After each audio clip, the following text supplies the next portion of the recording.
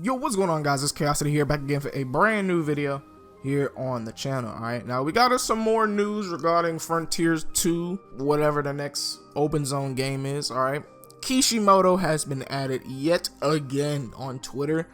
He is running his mouth, bringing up adventure bait again. So we're gonna get into all that right now, but before we do, if you like the video, drop a like, and if you're new, consider subscribing to the channel. We're almost there to 400.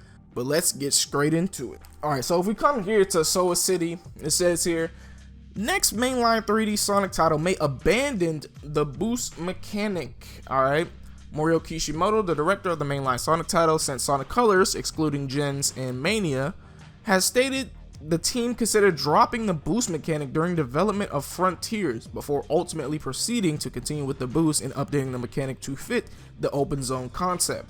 Kishimoto has also stated that the team are interested in potentially abandoning the boost mechanic in the next 3D Sonic title. When I started working on this game, I thought a lot about whether it would work or not and decided to hire Boost. I'm still trying or thinking of trying a Sonic game that doesn't use Boost in my next game. My favorite giant bosses are the first and second ones. What? Okay, we got the tweet. I'm missing something. We got the tweet to look at. The boost has been a core mechanic in the series since its inception in 2005 Sonic Rush. Go to game, S tier game, go play. If you don't play it, you suck. With the exception of Sonic the Hedgehog 2006, which didn't have the boost.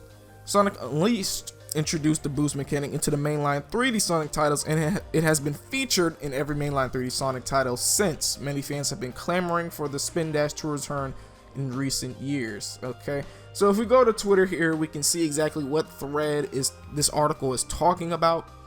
It starts off with this guy, Psycho Lee Phoenix, and it says here, if we translate this, hello Morio Kishimoto, I would like to ask you two questions. Is there anything you would like to change or add to the boost gameplay in future 3D Sonic games? Also, what's your favorite Frontiers giant boss theme?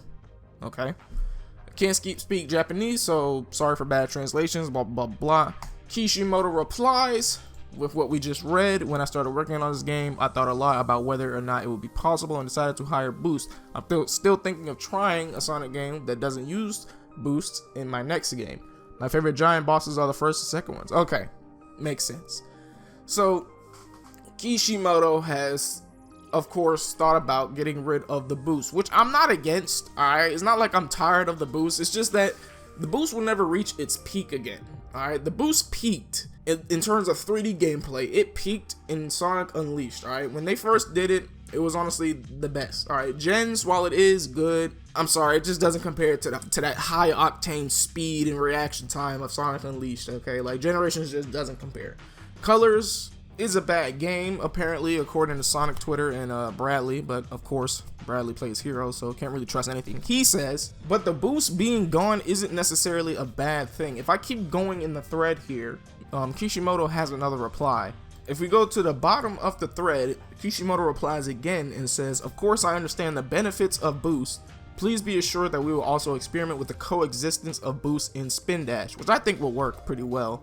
However, I also have a feeling that I want to challenge the level design without boost, like the Adventure series. After all, the Adventure series is a legend, according to Kishimoto himself. So yeah, Kishimoto wants to experiment with getting rid of the boost entirely, and he wants to experiment with the coexistence of boost in the spin dash, which I think honestly would be the better option, because with the way the boost works in Frontiers, like, it's gotten nerfed and it's gotten buffed when you think about it. It's gotten nerfed in the sense that you can't use the boost to kill enemies anymore. If you run into an enemy while boosting, you will get hurt. But it's also gotten buffed in the sense that it's no longer stiff. You can make circles, you can turn, you can zigzag, this, that, and whatever else, right? Etc. So it's gotten nerfed and buffed in that sense. So really all they would have to do, my problem with movement in Frontiers is literally just regular movement. Sonic doesn't really have a sense of momentum. Like, it's there, but it's very slight. Like, the regular movement, momentum, and just moving in general, while it is similar to Adventure, it lacks that momentum. Because if you go in Adventure and you run down a hill, then obviously you'll reach that top speed. You'll get that top speed animation to indicate you're going at top speed.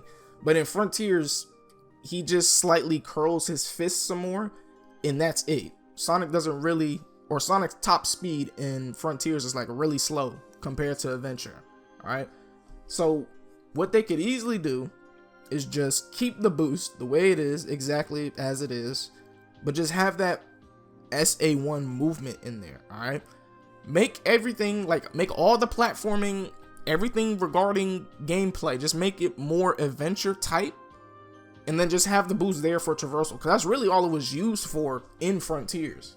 Or you could cut the boost entirely, and honestly, now that I think about this, that's honestly would be the better option, because if you cut the boost entirely and have like the SA1 movement with the spin dash, then the environments would probably seem more big, because that's the thing about the boost in Frontiers. Since they cut up Kronos Island into 3 separate islands, Kronos, Rhea, and Oranos, since they cut those up, those islands are significantly way smaller than what they were intended to be. All right, so you can traverse Kronos, Rhea, and Oranos pretty easily.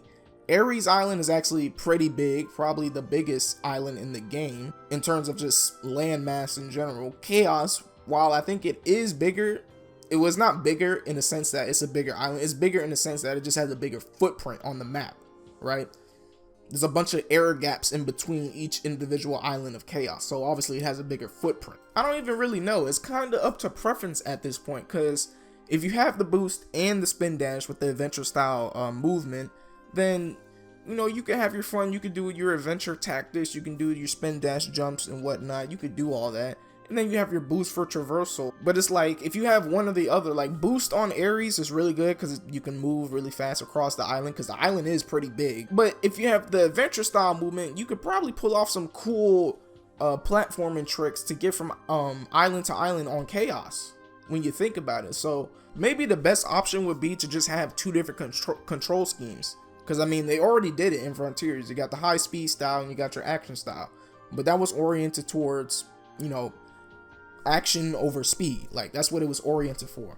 So maybe in Frontiers 2, like you said, Kishimoto said he's gonna experiment with the coexistence of boost and spin dash, or just cut the boost entirely. Honestly, I think the best option would be to just have the same Frontiers movement, keep it the same, don't change it, nothing about it, is perfectly fine. But at the same time, maybe add an adventure style type movement, and maybe the player could pick between those two. I don't know, man. It's honestly a fine line, because either way could work. You could have the boost in the next game and it would be perfectly fine, or you could have the adventure style and it would be perfectly fine. So who knows, man? Who knows? But anyway, that's going to be it from me. Hopefully you guys enjoyed. If you did, drop a like, and if you're new, consider subscribing to the channel. We're on the road to 400, we're almost there. And yeah, man. Peace.